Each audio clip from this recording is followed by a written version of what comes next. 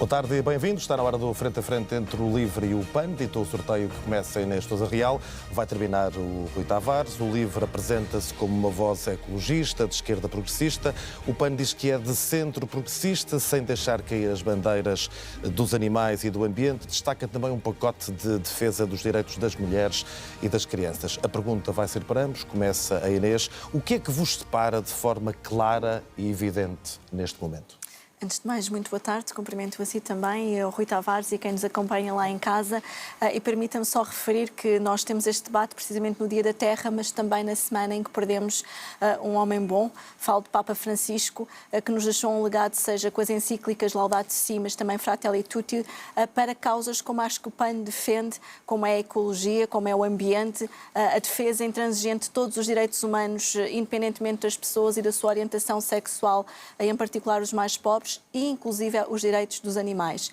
E ainda há a questão daquilo que nos separa. Creio que não será isso que vos separa, por isso vamos ao que vos separa. Há algumas questões também que aqui estão incluídas que nos separam efetivamente. Nós sabemos que temos um combate maior, que tem a ver com os recuos dos grandes partidos, em particular PS e PSD, que muito prometem na hora da campanha eleitoral, mas pouco executam quando estão no governo. Mas o PAN tem sido uma voz isolada naquilo que é a proteção animal. Eu recordo, por exemplo, que quando apresentámos propostas para a revisão constitucional, o LIVRE não incluía na sua proposta de revisão constitucional a proteção dos animais, ou até mesmo naquilo que diz respeito à mineração em mar profundo. Foi o PAN que apresentou essa medida. Mesmo no nuclear também temos diferenças. Aliás, a proposta do LIVRE não é muito clara naquilo que diz respeito ao nuclear, e o PAN tem alertado de forma muito responsável que estarmos em Portugal a colocar essa resposta implica a perda de não só, neste caso ao dia, de mais de 130 a 263 milhões de litros de água, ou até mesmo no IRS jovem. Eu recordo-me que o LIVRE não acompanhou a proposta do PAN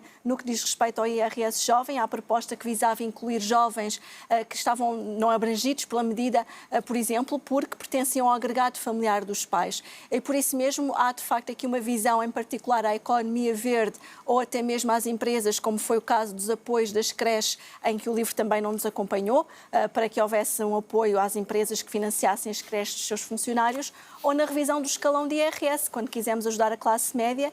Foi, aliás, a abstenção do LIVRE que ditou o chumbo de podermos ajudar um trabalhador com o salário médio de 1.438 euros e poupar 238 euros ao mês. Vamos ouvir o Rui Tavares. Quem fala em segundo tem direito de réplica. Eu relembro a pergunta: o que é que vos separa neste momento? Até porque ao longo do debate temos aqui vários tópicos para debater. Boa tarde, Hugo, e obrigado pela pergunta. Boa tarde, Inês, e a todos aqueles que nos ouvem. Também feliz Dia da Terra.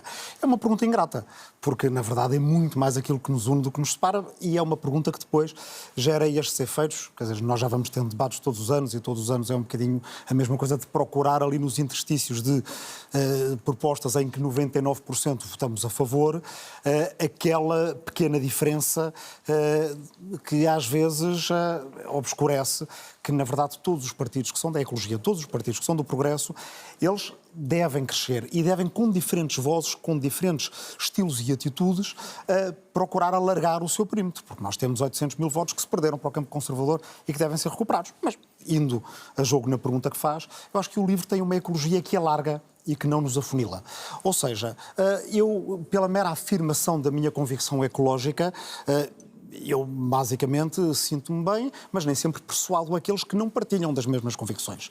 Se eu inserir a ecologia naquilo que é uma visão para o desenvolvimento futuro do país e explicar às pessoas que, na verdade, Portugal é um país rico no seu potencial de energias renováveis. É um país rico na sua capacidade de transição ecológica e tecnológica. Também poderia lembrar, o PAN não acompanhou o LIVRE na proposta de criar uma Hidrogénios de Portugal, ou seja, que seja a transição para o hidrogénio que ela tenha uma pegada pública e que não seja feita através de leilões para os privados.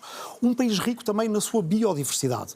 Um país rico na sua diversidade em termos paisagísticos, um país rico nas suas conexões com o mundo, um país rico também na capacidade que a força de trabalho hoje em dia tem de ser tão qualificada como no resto da Europa, um país rico, no entanto, dominado pelo dinheiro fácil. O dinheiro fácil é o do turismo de massas, é o do imobiliário de luxo, é o dos esquemas tipo jogo online, que aliás tem uma influência não tão indireta quanto isso na crise política que estamos a viver, e a perspectiva do LIVRE é conseguir explicar às pessoas como é que a ecologia é precisamente o dínamo que nos permite passar para um modelo de desenvolvimento em que essa verdadeira riqueza do país se converte na prosperidade de todos, no dinamismo a quem tem asas e que garante, através de um Estado social no qual temos que gerir os nossos recursos com muito cuidado. E aí poderemos falar de algumas diferenças também para a frente, garantir excelentes serviços públicos para todos. O Rui propõe um SNH, um Serviço Nacional de Habitação, na linha do SNS, que deve garantir o direito universal à habitação, quer 10% da habitação pública até 2040, quer um fundo de emergência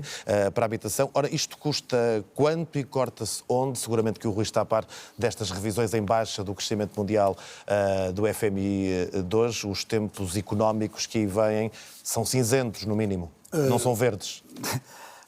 Eles podem e devem ser verdes. Podem ser verdes, mas percebeu a metáfora da cor. O novo Pacto Verde é aquilo que nos pode fazer sair deste nacionalismo agressivo, desta globalização desregulada e injusta em que nós estamos. Bem, em primeiro lugar, eu não quero um fundo para a emergência na habitação. Nós temos um fundo para a emergência na habitação, negociado pelo LIVRE desde o Orçamento de 2024, 25% do imposto social das transações no imobiliário vão consignadas para o fundo de emergência na habitação. 100 milhões de euros por ano que não estão a ser usados porque o governo de Luís Montenegro, alertado diversas vezes, não regulamentou esse fundo. Portanto, nós poderíamos ter agora 10 vezes mais aquilo que temos para aplicar na estratégia para a integração das pessoas sem abrigo e para que pessoas que estão em risco de ficar sem abrigo não fiquem. Esses 100 milhões estão lá à espera de ser usados, não estão a ser usados. Para um serviço em prática, isso. É preciso regulamentar e nós alertámos muitas vezes o Governo para isso, para a regulamentação e implementação dessa medida do LIVRE. Depois, Serviço Nacional de Habitação. Tem a ver com um diagnóstico que fazemos, que é quando nós propomos aumentar a dotação orçamental do IRU, do Instituto da Habitação e Reabilitação Urbana, muitas vezes o que os ministros das Finanças nos dizem é mas o IRU não executa todo o dinheiro que tem. Bem, então alguma coisa está errada, com uma crise de habitação como aquela que nós temos, se os institutos públicos que nós temos neste momento não têm o âmbito suficiente, não há só o IRU, há a Astamo, que é a imobiliário do Estado, que é basicamente uma espécie de caixa secreta que a maior parte dos portugueses não conhece e que vende património do Estado a um melhor preço, bem, tudo isto tem que estar ao serviço, não só de construir mais casas, construir cidade, construir bairro, construir bom espaço público. E os custos? Para isso, os custos são de 1.000 milhões de euros ao ano, é o grande item da nossa proposta orçamental a ser financiado por uma taxação sobre os lucros extraordinários das áreas económicas que têm lucrado com a crise no imobiliário. Agências, bancas, seguradoras e por aí afora. Nós acreditamos que essa é um financiamento que pode ser suficiente para criar este Serviço Nacional de Habitação e, de resto, voltaremos a isso certamente, somos muito cuidadosos com a nossa perspectiva orçamental, precisamente por causa daquilo que o Hugo disse, que é nós não queremos que aconteça o que aconteceu com Sócrates. Isto está a acontecer outra vez com Montenegro, que é gastar a almofada orçamental antes de uma crise global. Olhando também sobre esta perspectiva do quadro orçamental do mundo económico em que vivemos pós-Trump, pode falar-se assim, Inês, gostava também de perceber esses custos das medidas do PAN para a habitação, como o regime de crédito bonificado para jovens, a redução do IVA na reabilitação urbana, as cooperativas de habitação, neste contexto de crise económica global. Permita-me só reforçar uma questão, porque não posso deixar passar em relação à parte ecológica, é que efetivamente o LIVRE com 4 deputados em 11 meses não agendou uma única iniciativa por sua iniciativa própria sobre ambiente ou ecologia e foi uma oportunidade perdida. Eu concordo, no entanto, com o Rui de que nós temos de facto um problema maior, temos não só o crescimento do populismo, mas também de uma agenda neste momento do Governo que é contrária e que tem trazido muitos recursos para as nossas causas e nomeadamente naquilo que é a habitação, porque sucessivos governos falharam, aliás as políticas de habitação são um dos maiores falhanços no nosso país de sucessivos governos. No que diz respeito à habitação, e aqui também temos uma divergência, porque o LIVRE não concorda com a garantia jovem, daquilo que percebi, mas no que diz respeito àquilo que são medidas complementares, o PAN entende que ela deve ser melhorada, ela tem aspectos que falharam, nomeadamente naquilo que possa ser o acesso a jovens com maiores rendimentos, e o PAN o que quer garantir é que exista o regime bonificado para que todos possam também sonhar em ter casa própria e não apenas em arrendar, e para nós seria muito simples, o dinheiro existe. Acabemos, por exemplo, com o regime dos residentes não habituais, que todos os anos retira aos cofres do Estado mais de 1.000 milhões de euros, que não são cobrados a quem não reside de forma permanente no nosso país, mas que sim vem contribuir para a especulação e para a inflação do imobiliário. E por isso mesmo aquilo que nós pretendemos é, acabando com estes 1.000 milhões de euros, garantir não só o financiamento das cooperativas de habitação, baixar o IVA para que precisamente possamos reabilitar, porque nós não podemos ter a expectativa de que a curto prazo vamos conseguir com a construção resolver o grave problema da habitação. Precisamos de reabilitar, temos mais de 10 mil fogos do Estado. Mas também não se resolve sem construir, não é? Mas, para além da construção, nós temos mais de 10 mil fogos do Estado que estão fechados e que não estão ao uso da população. E o que o PAN propõe é que estas habitações sejam reabilitadas e colocadas também pelo Estado no mercado da habitação para contribuirmos assim com medidas de curto, médio e longo prazo. Porque não basta o Governo prometer, os sucessivos governos, aliás, tivemos primeiro não só o Governo de António Costa a prometer mais de 34 mil casas, o Governo de Luís Montenegro já ia em 54 mil e a verdade é que ficaram muito aquém em termos de execução, cerca de 10% na sua execução. Temos neste momento os jovens com maior dificuldade em saírem de casa dos pais ao nível da União Europeia e é por isso mesmo que o PAN quer garantir que seja no acesso à habitação jovem ou da classe média, que temos medidas para todos e também com o princípio de não discriminação para quem tem animais de companhia, porque o que não pode acontecer é o que temos hoje em dia, que são pessoas, em particular famílias monoparentais, mães que estão neste momento a ficar em situação de sem-abrigo e inclusivamente com os filhos retidos nos hospitais porque não conseguem aceder a casa. Vamos à saúde. O Rui Tavares já disse aqui, num debate, que os privados sabem tudo sobre o SNS, a inversa é que não é verdadeira. Quer uma reforma do SNS e assegurar um financiamento adequado. Presumo que quer dizer sem cativações nem suborçamentação. Lá irei, deixe-me dar uma tréplica. A questão está precisamente na visão que nós temos da ecologia. Quando o LIVRE propõe o programa 3C, uma conquista do LIVRE com 30% dos dinheiros do REPowerEU para, basicamente, baixar a fatura da energia das pessoas, tornar as casas mais confortáveis e dignas e para ajudar a salvar o planeta, é uma causa ecológica, é também uma causa social, é uma causa da dignidade das pessoas, é uma conquista do LIVRE. Quando o LIVRE propõe a criação de uma rede de transportes ecológicos, elétricos, escolares, em zonas de baixa densidade, que também permitam trazer as pessoas fora do horário escolar, para o centro de saúde, para a segurança social, para ajudar as populações que têm menos mobilidade e para o fazer de uma forma ecológica, é uma causa social, é uma causa de coesão, é uma causa ecológica, é assim que nós vemos a ecologia. A ecologia não é, nem nunca poderá ser uma causa de nicho. A ecologia tem que ser uma visão integrada para o país como um todo. Por isso, no programa Ajuda de Casa, que é a alternativa que nós apresentamos à garantia, à chamada garantia jovem, o que acontece na garantia jovem é que o Estado é fiador de crédito que, à frente, numa crise financeira global, e pode estar a chegar uma, já tivemos mais experiências no passado em que depois o Estado é fiador de crédito mal parado. A ajuda de casa é completamente diferente. A ajuda de casa, a proposta do LIVRE, mais nenhum outro partido propõe, o Estado é coproprietário com o jovem até 30% da sua casa, o que significa que estamos a aumentar o parque público, estamos a criar no arrendamento, na venda da casa ou na sua revenda, regras que são regras de arrendamento ou de venda a preços acessíveis e estamos a ajudar, aí estamos de acordo, acompanhamos o PAN em relação ao crédito bonificado, nesse sonho, que não é só um sonho, é também a garantia de uma reserva de capital para tempos mais difíceis, que é ter uma casa. Vai ter menos tempo para a saúde. Agora. SNS, é muito simples. Nós acreditamos que o Serviço Nacional de Saúde, quando tem os recursos, ele está entre os melhores do mundo e vimos isso durante a pandemia, vimos isso nas campanhas de vacinação. Agora, o que é preciso é que o SNS não esteja numa situação que já é de concorrência e não de complementaridade, como manda a Lei de Bases de Saúde, e que, enfim, basicamente o SNS está nessa concorrência, hoje em dia desleal, a lutar com uma venda nos olhos e o braço amarrado atrás das costas. Ou seja, quando se diz é preciso pagar mais a médicos, enfermeiros, técnicos de saúde, mas não se sabe quais é que são as folhas salariais do privado, isto pode ser utilizado por concorrentes desleais para, basicamente, drenar recursos humanos do Serviço Nacional de Saúde e, a seguir, deprimir os salários, as remunerações desses mesmos profissionais de saúde. E é por isso que acho que é uma medida que até agora não consegui encontrar discordâncias. Concorrência leal é o público saber do privado, mesmo que o privado saiba do público. Tem que dar tempo à Inês Sousa Real, porque tenho agora crédito de mais do que 2 minutos e gostava de ouvir sobre a saúde. Uma das bandeiras é a garantia da remuneração a 100% das baixas médicas para doentes oncológicos e, tal como o LIVRE, também quer psicólogos em todas as unidades de saúde. Sim, antes só da questão da saúde, mesmo em relação ao combate à pobreza energética, eu recordo que foi precisamente pela mão do PAN que conseguimos abranger mais de 200 mil famílias com a tarifa social de energia. E, portanto, as nossas propostas tiveram concretização plena nessa dimensão e mesmo em relação aos passos sociais, é uma pena que os governos não vão mais longe porque, por exemplo, o passe verde não abrange, por exemplo, as áreas metropolitanas e aquilo que nós queremos é os passos sociais gratuitos, acabando com as grandes borlas fiscais que são dadas a quem mais polui e lucra, como é o caso da Galp. No que diz respeito à saúde, nós defendemos o conceito de uma só saúde que a própria Organização Mundial da Saúde defende.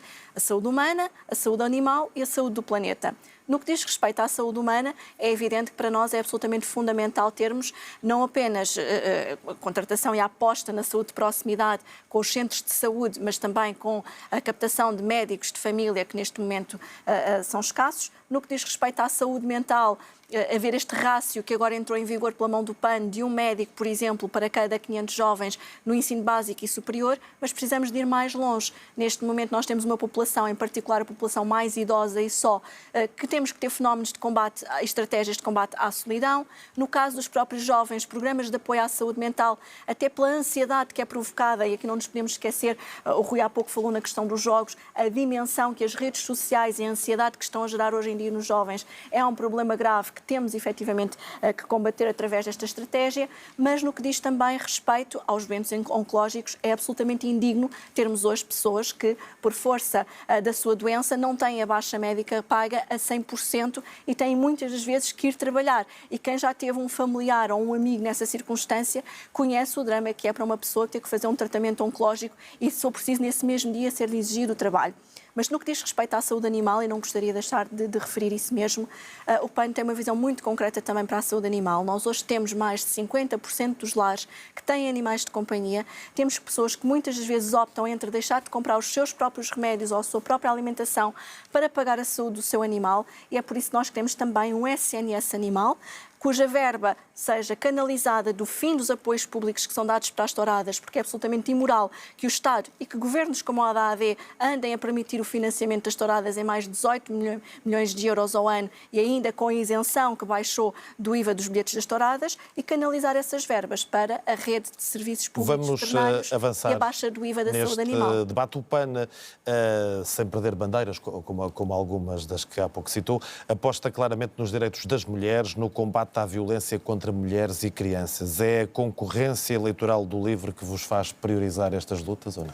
De forma alguma, como deputada e como mulher e como líder de um partido que desde a sua gênese de fundação tem o P de pessoas no nome, nós não podemos ter hoje uma guerra de sexos no nosso país, aliás, uma guerra silenciosa que tantas vezes sucessivos governos têm deixado para trás, e não termos medidas de combate à violência doméstica, ao abuso sexual e até infantil. E os dados são muito concretos. Nós temos não só mais de 34 mil denúncias todos os anos sobre casos de violência doméstica, temos também um aumento de 10% dos crimes de violação e agora mais de 46% de casos de abuso infantil. E isto não são apenas números, isto são pessoas reais cujas vidas ficam absolutamente destruídas. Basta pensarmos no caso da jovem Dolores, que viu o vídeo da sua violação ser partilhado nas redes sociais por milhares de pessoas e ninguém ter denunciado, para percebermos que temos que ter um compromisso. Eu já deixei aqui o apelo, não só ao Governo, mas também em funções, mas aos vários líderes partidários, e repito que tenho a certeza que o Rui também me acompanhará, para que o combate à violência doméstica, sexual e abuso infantil seja uma efetiva prioridade na próxima legislatura por parte de todos os partidos. Da nossa parte, apresentámos um compromisso, o compromisso violeta, que entregámos em mãos à APAV, para que o crime de violação seja reconhecido como crime público, os órfãos de violência doméstica terem direito a uma pensão que lhes permita garantir que não ficam retidos na pobreza ao longo da sua vida, para garantirmos também que temos mais apoios do ponto de vista da rede nacional para as denúncias deste tipo de crime e que implique logo a nomeação, por exemplo, de um advogado para estas mesmas vítimas, porque só assim poderemos ter um combate mais eficaz à violência doméstica. Este é um daqueles momentos que seguramente vos une. Há várias páginas no programa do LIVRE dedicadas à igualdade de género, naquilo que qualificam de todas as intersecções sociais, acho que estou a citar bem, combate à violência de género contra mulheres, jovens, violência doméstica no namoro, alargar o prazo de denúncia, o prazo de prescrição de crimes contra a liberdade e a autodeterminação sexual, tornar a violação, o crime de violação num crime público. Acredita, Rui Tavares, que estamos numa fase de regressão nessas matérias? Bem, eu acredito que este combate tem que ser feito de forma unida pelo país, porque todas as ideias são poucas e toda a vontade política é pouca para que possamos, de facto, combater e erradicar este flagelo. E, portanto, quando nós propusemos por exemplo, o acesso ao subsídio de desemprego por parte das vítimas de violência doméstica, é porque aqui não acho que haja absolutamente nenhuma visão de concorrência. Há uma visão, é de toda a gente que pode fazer qualquer coisa para ajudar. E toda a gente apoiar as iniciativas de partidos diferentes que convirjam para este fim. E foi com muita alegria que vimos a proposta do LIVRE, que era uma proposta prática, porque era preciso, além de tudo o que é preciso fazer em termos de consciencialização, de educação, de pedagogia, era preciso encontrar também mecanismos práticos que ajudassem a pessoa que está encerrada num ciclo de violência, que muitas vezes é uma autêntica prisão perpétua, possa dizer que, bem, contribuiu para a Segurança Social, tem direito ao seu subsídio de desemprego. Muitas vezes, e isso é das coisas mais terríveis, o agressor não está só em casa, está no local de trabalho também, no caso de muita gente, e, portanto, a possibilidade de aceder ao subsídio de desemprego e ter a sua independência financeira, porque a situação de violência doméstica é muitas vezes também acompanhada de uma situação de vulnerabilidade financeira, bem, é uma medida prática que está aí, quando sabemos que há pessoas que já estão a usufruir dessa capacidade de quebrar o ciclo de violência, nós ficamos felizes e, evidentemente, é uma prioridade permanente. Essa é uma questão que, para nós, é absolutamente inultrapassável. Inês Sousa Real, dentro das preocupações ecológicas e de sustentabilidade, pedia-lhe que concretizasse duas medidas já anunciadas pelo PAN: a Estratégia Nacional para a Produção de Leguminosas e as segundas-feiras sem carne. Nós não podemos olhar para aquilo que é o ambiente do nosso país e acharmos que se resolve e combate a crise climática só olhando para a mobilidade. A mobilidade é uma dimensão importante. Para a indústria, nós precisamos de apoiar a indústria através daquilo que é, por exemplo, a execução dos fundos do PRR. Portugal está atrasado em mais de 429 milhões de euros, e esquecermos que, por exemplo, na agricultura e até na autonomia e soberania alimentar portuguesa, que também não se combatem as alterações climáticas, porque também combatemos as alterações climáticas através das escolhas que colocamos no prato. As leguminosas é precisamente uma dessas áreas e o PAN, infelizmente, apresentou essa proposta e as mais forças políticas não nos acompanharam, porque até com a crise que temos do ponto de vista da inflação, quando da invasão da Rússia à Ucrânia, foi desde logo o aumento, devíamos esperar o aumento dos preços. Portugal já foi um produtor de cereais, de leguminosas a outra dimensão, e para o PAN seria muito importante termos uma estratégia, até pela questão que referi há pouco de uma só saúde, e quem o diz é a Organização Mundial de Saúde, que devemos apostar mais na alimentação de origem vegetal para garantirmos que temos não só esta autonomia, por um lado a nível de produção, mas por outro lado hábitos alimentares mais saudáveis. E isto depois vai ao encontro daquilo que é o nosso desafio, o nosso repto, infelizmente, até na altura foi muito mal acolhido por parte do Ministério da Agricultura, do Ministro da Agricultura, mas não nos espanta porque estamos perante um governo que está completamente desalinhado com os princípios do século XXI, que foi as segundas-feiras sem carne, que é de facto reduzirmos a pegada ecológica do que comemos através de um dia por semana sem o consumo de carne. Porque, efetivamente, há vários estudos que nos dizem já, a própria Organização Mundial de Saúde já alertou para isso mesmo, que a pecuária intensiva e as escolhas baseadas sobretudo na alternativa da proteína da carne estão a ter neste momento um impacto ambiental bastante prejudicial para o planeta, para a saúde humana e para além das questões com o bem-estar animal. Portanto, não basta defendermos, e aqui convergimos, por exemplo, no fim do transporte de animais vivos, também é preciso, com as escolhas que fazemos no prato, podermos combater as alterações climáticas e protegermos o planeta. Creio que a perspectiva da ecologia e da sustentabilidade não vos separa. O LIVRE lembra que vivemos a emergência climática e em 2025 mantém no programa uma medida que já preconiza há alguns anos: as 30 horas de trabalho por semana e os 30 dias de férias por ano. Eu devolvo outra vez aquele dado de há pouco. Isto é compaginável com a economia que vamos ter pela frente? Claro, aliás, na verdade, isso é um passo muito decidido e vigoroso em direção a essa economia que nós vamos ter pela frente. Nós olhamos para o mundo e onde é que temos os modelos económicos que são mais dinâmicos, que são mais produtivos, que trazem mais prosperidade e que também, ao mesmo tempo, permitem ter melhores estados sociais. São os modelos económicos das economias do conhecimento, das economias da descarbonização. O que é preciso fazer? É preciso perceber como é que essa economia funciona e trazê-la para Portugal. Desencarcerá-la, ela já existe em algumas empresas, alguns departamentos académicos, mas é preciso generalizá-la. Por isso, quando fizemos a nossa proposta da semana de 4 dias, foi um teste que correu belíssimamente e que este governo não quis continuar, lá está. É uma proposta do mundo do trabalho, é uma proposta social, é acima de tudo uma proposta ecológica. Significa menos carros a circularem nas nossas cidades, significa mais tempo para as pessoas viverem, mais tempo, por exemplo, para as pessoas se dedicarem a causas, inclusive na sua militância, no seu empenho ecológico e social. A mesma coisa com a diminuição de horas de trabalho. Portugal é um país que tem baixos índices de produtividade, mas isso não é culpa do trabalhador nem da trabalhadora portuguesa, porque vemos no Luxemburgo, país da Europa que tem dos mais altos índices de produtividade, 25% da força de trabalho, ou perto disso, é constituída por imigrantes portugueses. Tem a ver com modelos de gestão, tem a ver com má alocação de capital e é por isso que, numa visão ampla da ecologia social e política, estas mudanças fazem sentido na transição que queremos. Como faz, há bocadinho a Inês lembrava, o Passo Ferroviário Nacional. É certo que começou pequenino, mas diziam-nos que era impossível nos comboios regionais. Depois foi alargado e havemos de ter, porque somos dinâmicos na construção de uma alternativa de governação, um passe de mobilidade nacional. E isso também é uma medida de coesão, é uma medida social, é uma medida que diminui os custos para as famílias e é certamente uma medida ecológica. Todos estes passos fazem Portugal avançar no caminho da economia do futuro, que é a economia na qual a verdadeira riqueza da nossa força de trabalho permite criar dinamismo económico e, com os frutos desse dinamismo económico, dar dignidade a toda a gente. Ao contrário daquilo que temos, que é uma elite política e social que muitas vezes vai só atrás do dinheiro fácil, daquilo que dá dinheiro rápido e que muitas vezes acaba por afugentar os mais qualificados do nosso país. Muito bem, e há uma informação de última hora para a qual vou pedir uma reação rápida e, obviamente, a reação rápida não pode ser profunda nem sistematizada, mas acabo de receber a informação de que o Tribunal Constitucional declarou inconstitucionais algumas normas da lei da morte medicamente assistida.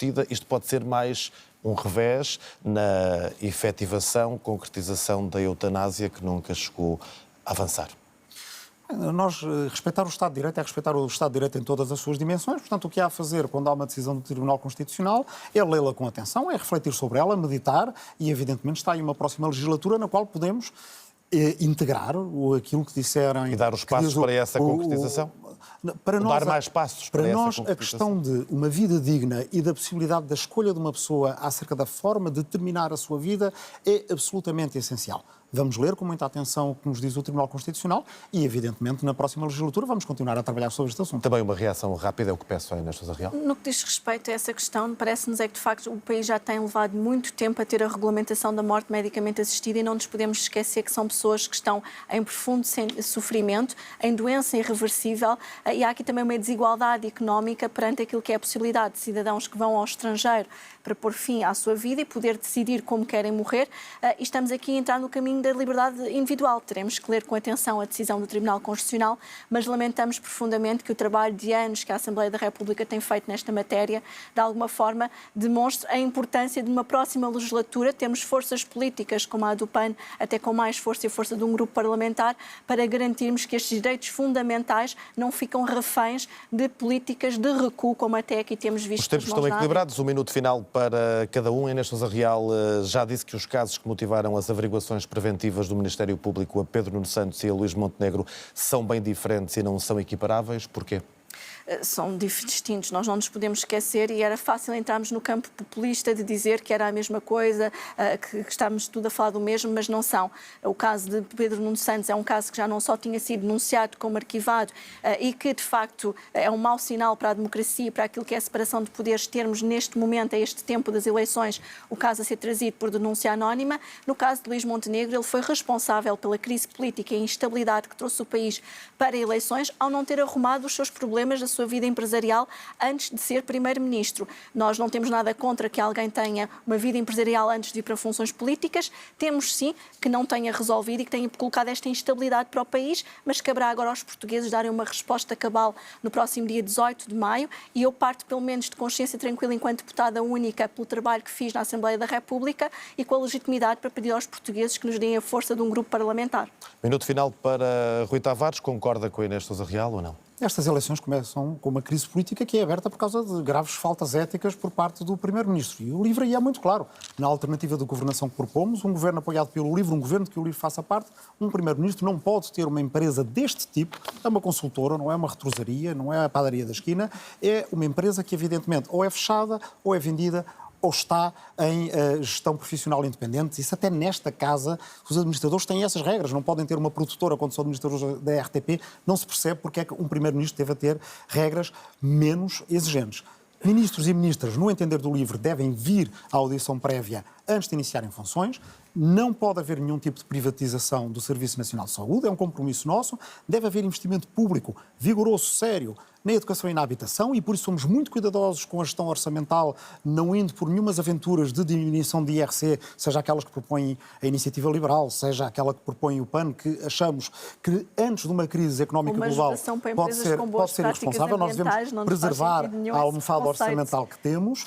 Tem 10 segundos. E no plano internacional, recusamos que o apoio à Ucrânia cesse de alguma forma. Para nós é uma linha vermelha, a Ucrânia deve ser apoiada, e a independência da Palestina deve ser reconhecida logo nos primeiros dias. Obrigado ao Rui Tavares, obrigado também à Inês Sousa Real. O próximo Frente a Frente é na próxima segunda-feira, dia 28 de abril, entre o secretário-geral do PS, Pedro Nuno Santos, e o presidente do PST, Luís Montenegro, às 8h30 da noite, em direto na RTP1 e na RTP3.